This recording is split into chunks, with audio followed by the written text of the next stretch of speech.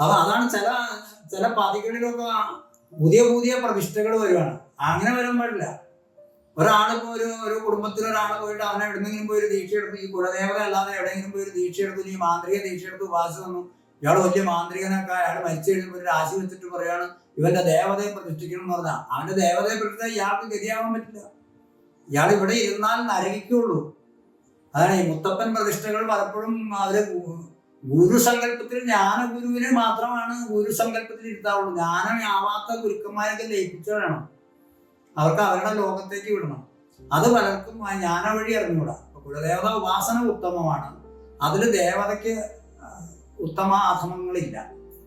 ആ കുലത്തിൽ 1000 പേരുണ്ടാവും, ചിലപ്പോൾ അവരുടെ പരമ്പരയിൽപ്പെട്ട 1000 കുടുംബങ്ങളുണ്ടാവും. അവരെ രക്ഷിക്കുകയും അവരുടെ കാര്യങ്ങൾ നോക്കുകയും ചെയ്യുന്ന ദേവതയാണ് കുലദേവത.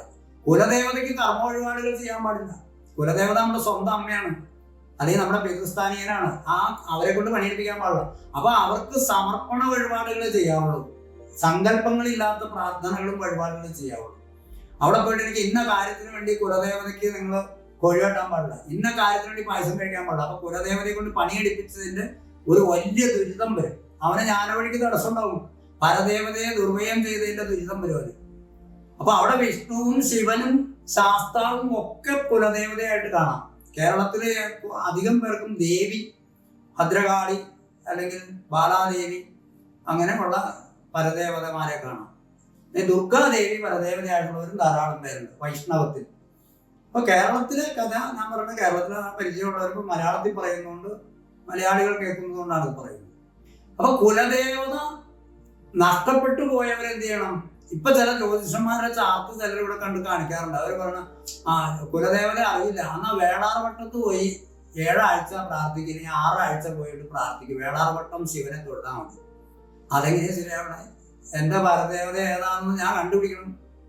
പരദേവതയെ കണ്ടുപിടിക്കാൻ ഞാൻ പാടാതെ പരദേവതയെ കണ്ടുപിടിക്കാൻ പറ്റിയ മാർഗങ്ങളുണ്ട്. രാശി വെച്ചാൽ തന്നെ അത് കണ്ടുപിടിച്ചോളണമെന്നില്ല. പരദേവത പറയും ഞാൻ ഇന്ന ആളാണെന്ന്. ഇപ്പൊ ഇവിടെ വരുന്ന ആളുകൾ പരദേവതയെ കണ്ടുപിടിക്കാൻ അധികം പേര് ഇവിടെ തന്നെ. അപ്പൊ പരദേവത പറഞ്ഞാലും പരദേവയുടെ സ്ഥാനം അവർ പെട്ടെന്ന് പറയില്ല. അവരൊരു അന്വേഷണ ശ്രമം കുറച്ച് ദിവസം ചെയ്താലാണ് പിന്നെ പരദേവത പറയാ എന്നെ ശുദ്ധി ചെയ്തിരിക്കുക, എന്റെ സ്ഥാനമൊക്കെ പോയതാണ്. ആദ്യം തന്നെ ഇതൊക്കെ കൂടി പറയില്ല അവര്. കാരണം ഭയങ്കര ദേഷ്യം അവർക്ക്. 13 കൊല്ലമായിട്ട് ഒരു വഴി നോക്കി വിട്ടേക്കുക. അപ്പൊ ഇവൻ പറഞ്ഞെന്ന് വെച്ചിട്ട് രാവിലെ സന്തോഷിക്കുന്നില്ല അവര്. അപ്പൊ പരദേവത ദുരിതത്തിലാണ് ഞങ്ങൾ പറഞ്ഞപ്പോൾ ഞങ്ങളോട് ജോലിസൻ ഫോണിൽ വിളിച്ചിട്ട് പരദേവത എങ്ങനെയാ വഴിയിൽ നടക്കുക, ദുരിതത്തിൽ നടക്കുക? പരദേവതയ്ക്ക് എവിടുന്ന ദുരിതം തന്നെ? എല്ലാ ദേവതയ്ക്കും പരദേവതമാര് നശിച്ചു പോയ കുടുംബമാണ് കേരളത്തിലെ ഹിന്ദുക്കളുടെ 99% കുടുംബം. ആ പരദേവതയെ വീണ്ടെടുത്ത കുടുംബങ്ങളാണ് ഇപ്പൊ കുറച്ച് ഭേദപ്പെട്ടു വന്നുകൊണ്ടിരിക്കുന്നത്. കുലദേവത അല്ലെങ്കിൽ പരദേവതയെ വീണ്ടെടുക്കുക എന്ന് പറയുന്നത് ഒരു വലിയ പരിശ്രമമായിട്ട് നമ്മൾ കണക്ക്. അതിനെ ശുദ്ധീകരിച്ചെടുക്കണം.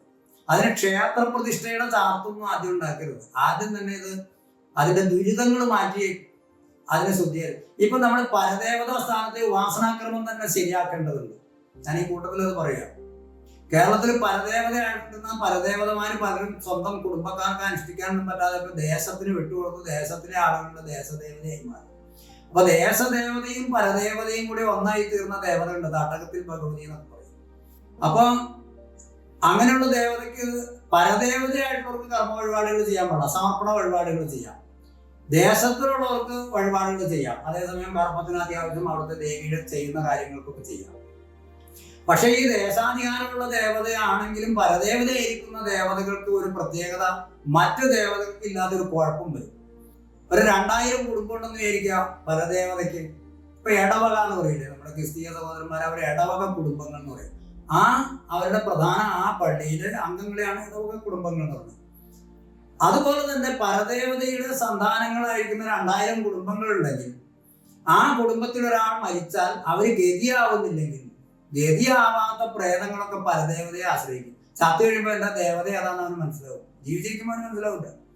അതാണ് ബോധം തെളിയും. പരദേവതയെ ആശ്രയിക്കും. അപ്പൊ പരദേവതയിൽ സദാ പരദേവതയായിട്ടുള്ള ദേവതകളിൽ പ്രേതബന്ധങ്ങൾ എപ്പോഴും ഉണ്ടാവും, ഗതിയാവാത്തത്. അപ്പൊ പരദേവതാ സ്ഥാനത്ത് പ്രത്യേകതരം എഡ്യൂക്കേഷനും ഏടൊക്കെ സൂക്ഷിക്കണം കുടുംബങ്ങളുടെ.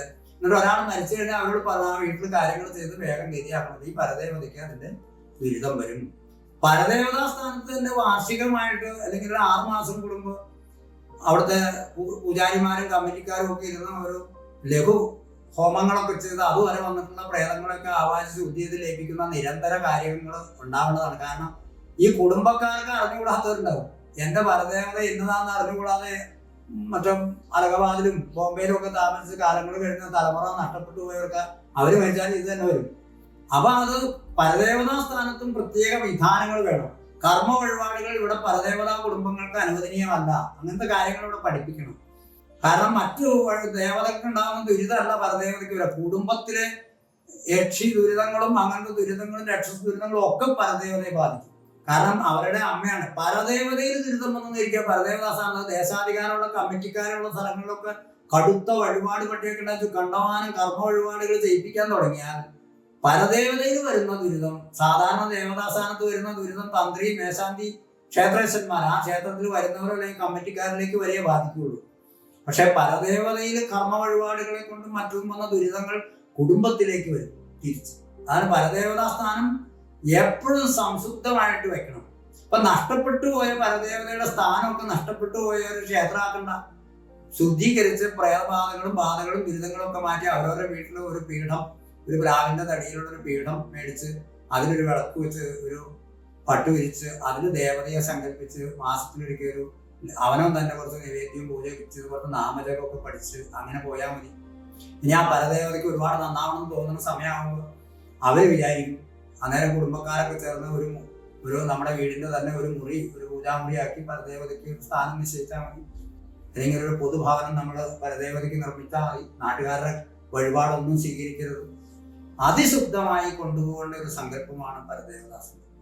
പക്ഷെ ഞാൻ കഴിഞ്ഞ ദിവസം പറഞ്ഞു, ജ്ഞാനവഴി ഉപാസിക്കുന്നവർ അവരുടെ ഇപ്പൊ പൂജാമുറിയിൽ പരദേവതയെ ശുദ്ധി ചെയ്ത് വെക്കുന്നുണ്ടെങ്കിലും പരദേവതോപാസനയായിട്ട് സങ്കല്പിക്കണം. ജ്ഞാനോപാസനയുടെ കൂടെ ഒരുമിച്ച് അത് കൊണ്ടുപോകരുത്. പരദേവതയ്ക്ക് സാധാരണ പരദേവതയ്ക്ക് ചെയ്യുന്ന പോലെയുള്ള കാര്യങ്ങൾ ചെയ്തു പോകുക.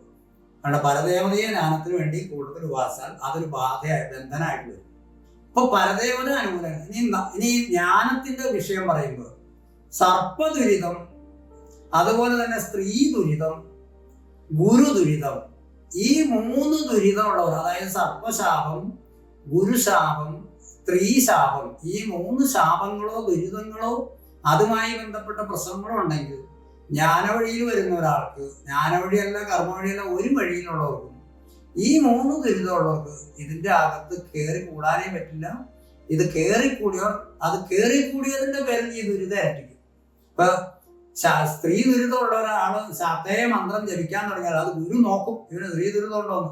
ഉണ്ടെങ്കിൽ തന്നെ അവനെ ഇതിൽ കേട്ടാന്ന് ഗുരുക്കന്മാരുടെ പരമ്പര പറഞ്ഞാൽ ആ സ്ത്രീ ദുരിതം പരിഹരിക്കാവുന്നതാണെന്ന്. അപ്പൊ അത് പരിഹരിക്കാവുന്നുള്ള വഴി പറഞ്ഞാൽ ഒരു തവണ പരിഹരിച്ചാൽ പോരാ. ഒരു സ്ത്രീ ദുരിതം ഒരു ജന്മത്തിലുണ്ടെങ്കിൽ അതിന് മുമ്പത്തെ ഒരു സ്ത്രീ ദുരിതത്തിന്റെ വാസന ഉള്ളതുകൊണ്ടാണ് ഈ ജന്മത്തിന് സ്ത്രീയെ പിടിക്കാൻ തോന്നുന്നത്. അതിന്റെ വാസന ഉള്ളതുകൊണ്ടാണ് ഈ ജന്മത്തിന് സ്ത്രീകളെ കാണുമ്പോൾ ഒരു അസ്വസ്ഥത തോന്നുന്നത്. അപ്പൊ ആ വാസന എത്ര ജന്മത്തിലേക്കുണ്ടോ അത്രയും തവണ അത് ശുദ്ധീകരിക്കേണ്ടി വരും. ഗുരുദുരിതം അങ്ങനെയാണ്. ഗുരുശാപം, ഗുരുദുരിതം, അത് കാരണം കുറേ ജന്മം മുമ്പേ ആയതുകൊണ്ട് അവന് ഉപാസനകൾ ചെയ്തിട്ടുണ്ട്. അപ്പൊ അത് പരിഹരിക്കാവുന്നതാണ്. പരിഹരിക്കണമെങ്കിൽ ഒത്തിരി പ്രായശ്ചിത്തങ്ങൾ ചെയ്യണം. എന്നാൽ മാത്രമാണ് ഇവന്റെ ഗുരുതത്വം ഈ മന്ത്ര സമ്പ്രദായം വഴങ്ങുള്ളൂ. അതുപോലെ തന്നെ സർപ്പദുരിതമുള്ളവന് ഒരു കാലത്തും യോഗത്തില് ഈ ജ്ഞാന വഴിയിൽ കുണ്ടലിനി ഉണരുകയോ അനുഗ്രഹിക്കുകയോ ചെയ്യില്ല. പ്രധാനമായിട്ട് ഈ 3 ദുരിതങ്ങളാണ് നമ്മൾ ജ്ഞാന വഴിയിൽ കാണുന്നത്. അപ്പൊ ഈ 3 ദുരിതങ്ങൾ ജന്മജന്മാന്തരങ്ങളിലെ ദുരിതങ്ങളാണ് കുറേശ്ശെ പരിഹരിക്കുന്നത്. അപ്പൊ ഞാൻ പറഞ്ഞു വന്നത് അത് കുടുംബത്തിലുണ്ടെങ്കിൽ ആദ്യം കുടുംബത്തിലെ പരിഹരിക്കണം.